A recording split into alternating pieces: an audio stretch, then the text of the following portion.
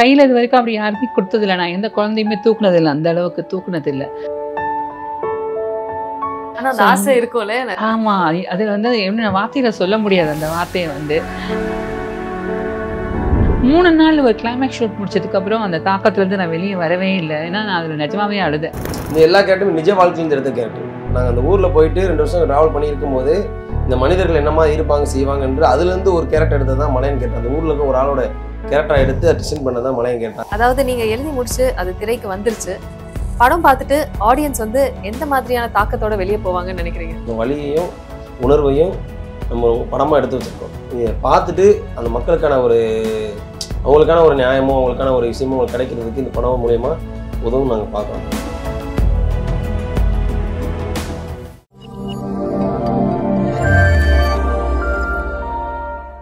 Full on cinema வியூவர்ஸ்க்கு வணக்கம். இன்னைக்கு நம்ம கூட ரொம்ப ஸ்பெஷலான ஒரு படத்தோட டீம் தான் இருக்காங்க. கெவி, அதாவது இந்த படத்துல இது வரைக்கும் தெரிஞ்சுக்கிட்டதுல ரொம்ப சேலஞ்சிங்கான விஷயங்கள், லைஃப் லெசன்ஸா தான் இந்த படத்துல நடிச்சவங்க எல்லாம் கடத்திட்டு வந்திருக்காங்கன்றது தெரிஞ்சது.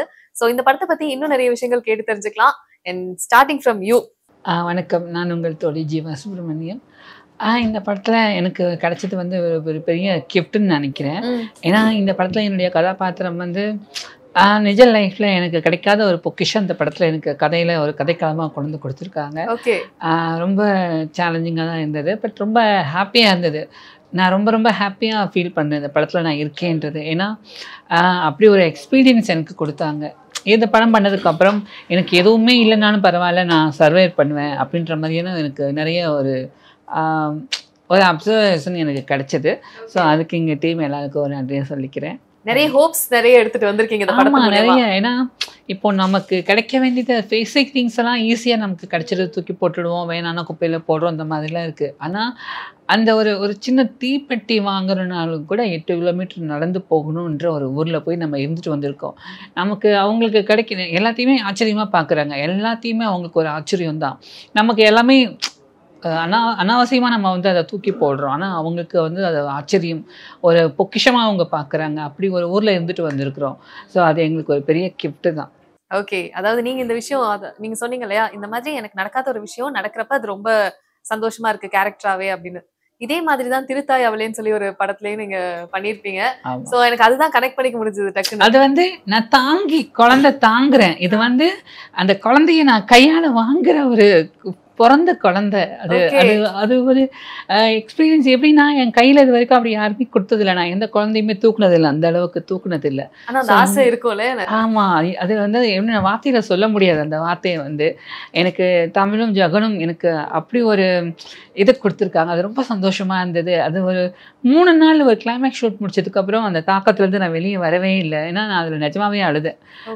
என்னால் கண்ட்ரோல் பண்ண முடியாமல் டியர்ஸ் வந்துட்டே இருக்கு. எனக்கு அவ்வளோ ஹாப்பியான, அது வந்து கவலையில் இல்லை, ஹாப்பியான ஒரு ஃபீலிங். அது வந்து ரொம்ப சந்தோஷமாக இருந்தது. அது ஸ்க்ரீனில் பார்க்கும்போது ஆடியன்ஸும் ஃபீல் பண்ணுவாங்கன்னு நம்புகிறேன் நான். ஓகே, எப்படி இருந்தது? ஏன்னா குழந்தை தூக்குனது இல்லை அப்படின்றப்ப கை குழந்தைய டக்குன்னு வாங்குறப்ப ஒரு பயம் இருக்கும் நமக்கு. இன்னும் இவ்வளவு குட்டியா இருக்கு, அது ஒரு ரெஸ்பான்சிபிலிட்டி, பயம் எல்லாமே கலந்த மாதிரி ஒரு எமோஷனா இருக்கும். So how was it for you? அதுதான் அங்கே ஒரு முக்கியமான சீக்வன்ஸ் இருக்குது. அது ஆடியன்ஸ்க்கு படம் பார்க்கும்போது தெரிஞ்சுக்க மாட்டீங்க இப்போ இல்லை, ஏன்னா இங்கேயே ரிவீல் பண்ணிட்டா. ஆனால் படம் எடுத்த உடனே கதைக்குள்ளே தான் போகும். எப்படின்னா இது வரப்போகுது அது வரப்போகுதுன்னு இருக்காது, படத்தில் எடுத்த உடனே கதைக்குள்ளே தான் போகும். ஸோ அதை நீங்கள் பார்க்கும்போதே தெரிஞ்சுப்பீங்க. பட் ரொம்ப அமேசிங்கான எக்ஸ்பீரியன்ஸ் இது வந்து. ரெண்டாவது எனக்கு என்னென்னா, இன்னொரு விஷயம் என்னென்னா, இந்த படத்தில் முழுக்க நேச்சுரல் லைட்டில் பண்ணியிருக்காங்க. இது வந்து நம்ம எலக்ட்ரிசிட்டியால் லைட்டு அந்த மாதிரிலாம் கிடையாது. ஸோ அதனால் எனக்கு வந்து எப்படி இவங்க எப்படி காமிப்பாங்க, அதுவும் டார்க் காட்டுக்குள்ளே இருக்கும், நைட் ஷூட் தான் மேக்ஸிமம் எப்படின்னு. அப்போ கையில் வச்சுருக்க அந்த லாந்தர் லைட்டில் தான் லைட் இருக்குது, அதில் தான் நம்மளோட என்ன கையில் வச்சுருக்கோமோ அந்த ப்ராப்பர்ட்டியை வச்சு நமக்கு லைட் கொடுக்குறாங்க. ஸோ அது ரொம்ப சேலஞ்சிங்காக இருந்தது. ரெண்டாவது எனக்கு இந்த நடந்து போகிற பாதை, இப்போ நைட்டு கொடைக்கானல் -டிகிரிலாம் இருக்கும். இது எப்படின்னா நம்ம டைலாக்கையும் பேசணும், மூச்சும் வாங்கணும். அங்கே ரியலாகவே மூச்சு வாங்கிடுது, டைலாக்கும் நம்ம பேசணும். பட் அது ரொம்ப சேலஞ்சிங்காகவும் இருந்தது, ரொம்ப ஹாப்பியாகவும் இருந்தது. இப்போ எனக்கு இவங்க கிருபா தான் ரைட்டர், எனக்கு டைலாக்ஸ் எல்லாம் ஸ்பாட்டில் தான் எழுதி கொடுத்தாங்க. உணர்வுபூர்வமாக நான் அனுபவித்து பேசினேன், ரொம்ப நல்லா இருந்தது. தமிழ் வந்து ஒரு சீக்வன்ஸ்லாம் அக்கா இதை 2 மீட்ரு கம்மி பண்ணிக்கோங்க, மீட்ரு ஏற்றிக்கோங்க அப்படிலாம் சொல்லுவாங்க. ரொம்ப ஜாக்லின் கூட தான் நான் ட்ராவல் பண்ணேன் நிறைய. நானும் ஜாக்லினும் ஏன்னா நானும் ஜாக்லின், ஜெகத்ராமன் ஒரு அண்ணா இருக்காங்க, அங்கே 3 பேர் ஒரு ட்ராக்கு. ஸோ அது எப்படின்னா ஒரு நதி உருவாகும், ஃபஸ்ட்டு 2ஆ பிரிஞ்சு அந்த நதி போகும்.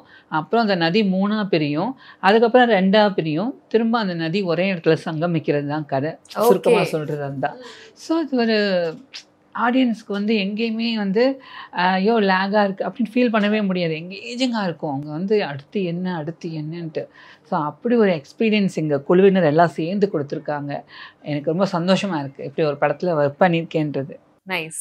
அண்ட் சார் நீங்க சொல்லுங்க. உங்களுக்கு இந்த படம் எவ்வளவு ஸ்பெஷல்? ஜீவாக்கா சொன்ன மாதிரி தான் ரொம்ப ப்ரெஷியஸாக ஃபீல் பண்ணுறேன். ஏன்னா நம்ம வந்து டெபியூவா தியேட்டரில் ஃபர்ஸ்ட் மூவியாக வருதுன்னு போது இப்படி ஒரு நல்ல ஒரு கேரக்டர் எனக்கு கொடுத்ததுக்கு நான் டேரக்டர் ரொம்ப தேங்க் பண்ணுவேன். இது எத்தனை ஆர்டிஸ்டுக்கு ஒரு ஃபர்ஸ்ட் மூவில நல்ல ஒரு கேரக்டர் கொடுத்து அது எனக்கு கொடுத்துருக்காரு. அண்ட் நான் அவங்க சொன்ன மாதிரி தான் அது எனக்கு ரொம்ப ப்ரெஷியஸாக நினைக்கிறேன். ஏன்னா வாழ்க்கையில் என்றைக்குமே மறக்க முடியாத ஒரு விஷயம்னா இப்படி ஒரு வெர்சடைலான அப்படி எப்படி சொல்ல ஒரு எல்லா இமோஷன்ஸையும் கேரி பண்ற மாதிரி ஒரு கேரக்டர் எனக்கு கொடுத்துருக்கிறது அது பெரிய விஷயமா தான் ஃபீல் பண்றேன். எனக்கு அது எப்படி ரொம்ப பயங்கரமா எக்ஸ்பிளைன் பண்ணணும்லாம் தெரியல. பிளஸ்டா ஃபீல் ஆகுது. ஆமா, ஃபீலிங் ரொம்ப ரொம்ப பிளஸ்டா ஃபீல் பண்றேன். ஏன்னா பண்ணிருக்கோம், நீ தியேட்டருக்குலாம் வந்தாதான் நமக்கு எல்லாமே தெரியும். ஸோ அதுக்கு முன்னாடி அதிகம் என்ன பேசணும்னு எனக்கு பெருசா தெரியல. அந்த ஊர்ல போய் ஷூட் பண்ணது இது அது எல்லாமே டிஃப்ரெண்ட் ஒரு எக்ஸ்பீரியன்ஸ். அது நார்மலா எல்லா ஷூட்டிங் ஸ்பாட்ஸ் எப்படி இருக்கும் எல்லாமே உங்களுக்கு தெரிஞ்சதுதான். பட் இது டோட்டலி டிஃப்ரெண்ட். நாங்க அந்த ஊருக்குள்ள எந்த ஒரு வண்டி கூட போக முடியாத ஒரு ஊருக்குள்ள எல்லா பொருளையும் எடுத்துட்டு வந்து, இது நிறைய இன்டர்வியூஸ்ல சொல்லியிருக்கோம். பட் ஸ்டில் அவ்வளோ போயும் அங்க நாங்க ஒரு ஃபேமிலியா இருந்து கிட்டத்தட்ட ஒரு 40-60 மெம்பர்ஸ் நாங்க இருந்து எல்லாருமே ஒரு ஃபேமிலி மாதிரி இருந்து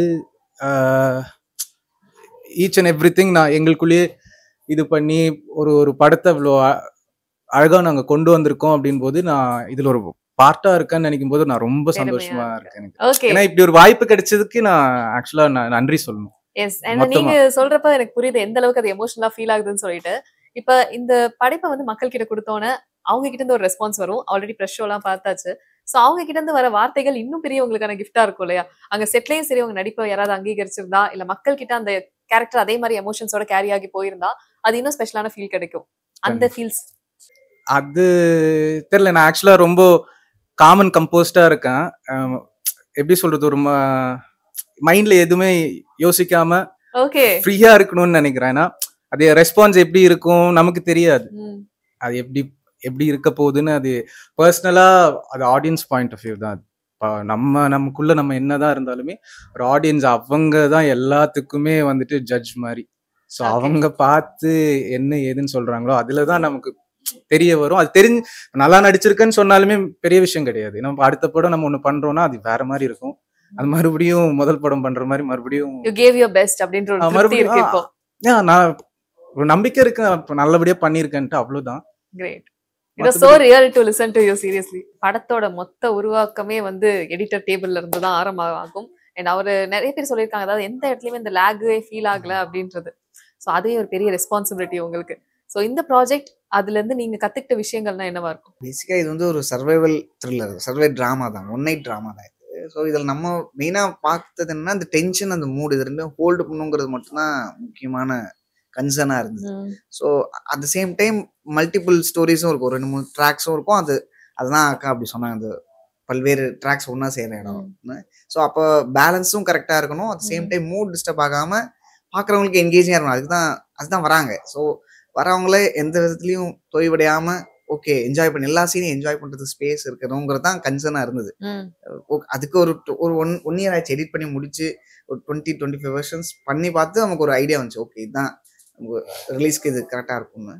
ஸோ இது ஒரு நல்ல எக்ஸ்பீரியன்ஸ். ஆனால் இவ்வளோ நாள் பண்ணி விஷுவலாக ஃபீச்சர் இவ்வளோ பண்ண மாட்டேன் இவ்வளோ நாள். பட் இதில் நம்ம பண்ணி இவ்வளோ கற்றுக்கிட்டது ரொம்ப நல்ல எக்ஸ்பீரியன்ஸ். Okay, nice. அண்ட் நீங்க இப்ப வந்து நம்ம பார்த்த விஷயங்களை நம்ம யதார்த்தமா எழுதிடுறோம், ஓகே. பட் ஒரு மக்களோட வாழ்க்கையே வந்து எமோஷன்ல ஆடியன்ஸுக்கு கடத்தணும் அப்படின்றப்ப அது ஒரு பெரிய போராட்டமா இருந்திருக்கும் இல்லையா? ஸோ அந்த மக்கள் கிட்ட நீங்க போய் தெரிஞ்சுக்கிட்ட விஷயங்கள், சில விஷயங்களை வந்து நம்ம எழுதுறப்ப கூட அந்த எமோஷனை வந்து குறைக்கவே கூடாது. ஸோ அந்த மாதிரி நிறைய பொறுப்புகளும் இருந்திருக்கும் இல்லையா உங்களுக்கு? ஸோ அப்படி நீங்க பார்த்த விஷயங்கள்லாம் என்னவா இருக்கும்? அப்படி நான் எழுதும்போது எனக்கு ரொம்ப கனெக்டட் ஆனது வந்து ஜீவாக்காவுடைய கேரக்டர் தான்.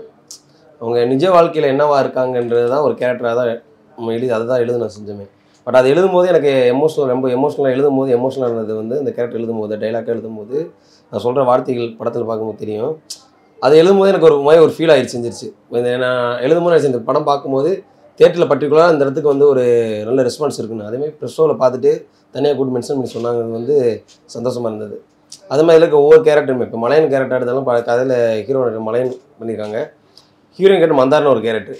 இந்த எல்லா கேரக்டருமே நிஜ வாழ்க்கையிலேருந்து எடுத்த கேரக்டர். நாங்கள் அந்த ஊரில் போயிட்டு 2 வருஷம் ட்ராவல் பண்ணியிருக்கும் போது இந்த மனிதர்கள் என்னமா இருப்பாங்க செய்வாங்கன்று அதுலேருந்து ஒரு கேரக்டர் எடுத்தது தான் மலையன் கேரக்டர். அந்த ஊரில் இருக்க ஒரு ஆளோட கேரக்டரை எடுத்து டிசைன் பண்ணது தான் மலையன் கேரக்டர். அதுமாதிரி வரக்கிற ஒவ்வொரு கதாபாத்திரங்களும் நம்ம ரியல் லைஃப்பில் பார்த்தவங்க. இப்போ இந்த ஒரு ஹீரோயினோட தம்பி நடிச்சிருக்காரு.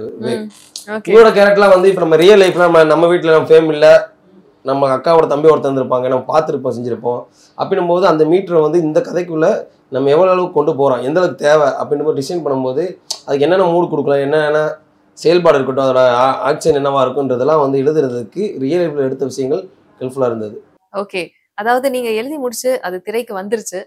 படம் பார்த்துட்டு ஆடியன்ஸ் வந்து எந்த மாதிரியான தாக்கத்தோட வெளியே போவாங்கன்னு நினைக்கிறீங்க? படம் பார்த்துட்டு ஒரு தாக்கத்தை ஏற்படுத்தும் அதுன்ற தாண்டி இன்னைக்கும் இங்கே இருக்க மக்களுக்கு பாதி பேருக்கு அந்த மாதிரி ஒரு ஊர் இருக்குது, மக்களுக்கு ஒரு பிரச்சனை இருக்குன்னு தெரியல. நம்ம வாழ்க்கை அப்படி ஓடிட்டுருக்கு. நம்ம பிரச்சனை பார்க்குறதுக்கு இங்கே டைம் இல்லாமல் போயிட்டு இருக்கும்போது இன்னொரு பிரச்சனையை வந்து அவங்க கவனத்துக்கு நம்ம கொண்டு போய் முன்னாடி வைக்கிறோம். அதை பார்த்துட்டு அவங்க வெளியே வர சொல்லும்போது இந்த மக்கள் இப்படி இருக்காங்க செய்கிறாங்க, அவங்களுக்கு ஏதோ பண்ணணும் செய்கிற எல்லாத்துக்கும் ஒரு தாக்கம், ஒரு விழிப்புணர்வாகவும் ஒரு விஷயத்தை நம்ம கொண்டு சேர்க்கறது வந்து நம்ம கடமையாக இருக்குது. நம்ம ஃபில்ம் மேக்கராக இருக்குது, நம்மளுக்கு ஒரு கடமையாக இருக்குது. அதை தான் நாங்கள் படமாக எடுத்துருக்கோம். ஒருத்தர் வலியையும் உணர்வையும் நம்ம படமாக எடுத்து வச்சுருக்கோம். இதை பார்த்துட்டு அந்த மக்களுக்கான அவங்களுக்கான ஒரு நியாயமோ அவங்களுக்கான ஒரு விஷயமோ அவங்களுக்கு கிடைக்கிறதுக்கு இந்த படம் மூலயமா உதவும் நாங்கள் பார்க்குறோம். ஷோர், கண்டிப்பா. அதாவது எல்லாருமே அவங்க எக்ஸ்பீரியன்ஸ் ரொம்ப அழகா ஷேர் பண்ணிக்கிட்டீங்க. அண்ட் அந்த மக்களுடைய வலி எல்லாருக்கும் போய் அதுக்கு எந்த விதத்துலயுமே குறையாம போய் சேரும்னு நினைக்கிறேன். அவங்களுக்கு அந்த நியாயமும் கிடைக்கணும். அண்ட் ரொம்ப நன்றி உங்களுடைய நேரத்துக்கு. தேங்க்யூ ஸோ மச் எல்லாருக்கும்.